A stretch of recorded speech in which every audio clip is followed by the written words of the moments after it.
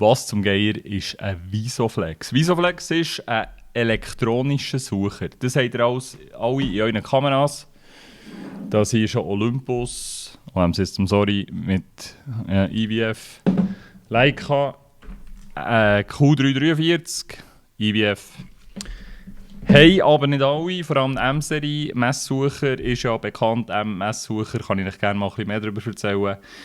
Die haben kein IVF. Die tut also durch den Sucher scharf stellen. Das ist ein mega ausgeklügeltes System, mega speziell, mega kompliziert und alt. Und darum finden wir es cool. Das ist auch cool, es fängt mega, ein anderes Thema. Ich habe gerne IVF. Und weil leider noch nichts Konkretes bekannt ist, nur eine Gerüchteküche, die am Brodeln wie Suppe ist, dass dann mal so eine kommt, die ein bisschen wie so ist. Fände ich cool. Ich bin Fan. Habe ich gesagt, ich finde IVF cool. So, und jetzt habe ich im Moment mega Spass an dieser M10 Monochrom. Das ist eine Kamera, die kann nur monochrom, also schwarz-weisse Fotos machen, weil die hat keinen Bayer-Filter auf dem Sensor. Das erkläre ich euch gerne ein anderes Mal, warum das die Kamera so cool ist und was ein Bayer-Sensor ist, Filter. Und sonst geht ihr einfach mal bei Wikipedia das heute lesen. Also der Visoflex ist im Endeffekt nichts anderes als ein nachrüstbares IVF-elektronischer Sucher für Leica M-Kameras. Geht echt auch für eine Kuh?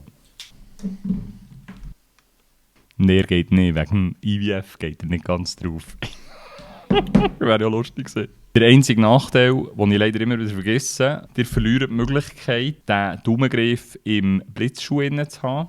Und ich habe die eigentlich noch gerne. Aber das ignorieren wir jetzt. Ich habe jetzt gleich einen gekauft. Also, das Teil kommt jetzt hier oben drauf. Einfach, dass wir heute über das Geräusch reden können.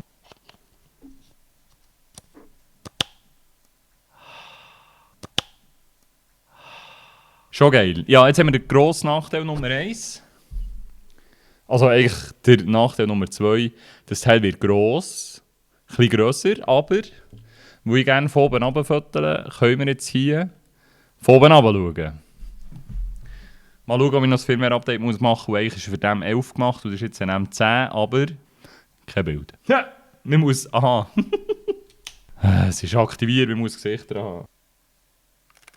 Es ist cool. Soll niemand schreiben, dass ich einen Knall habe.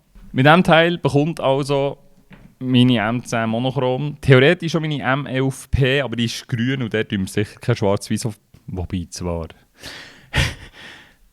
Ein IVF, so wie Q. Und wer weiß. Aber solange das nicht der Fall ist, habe ich jetzt einen Visoflex und habe jetzt Freude an dem. Sieht man es?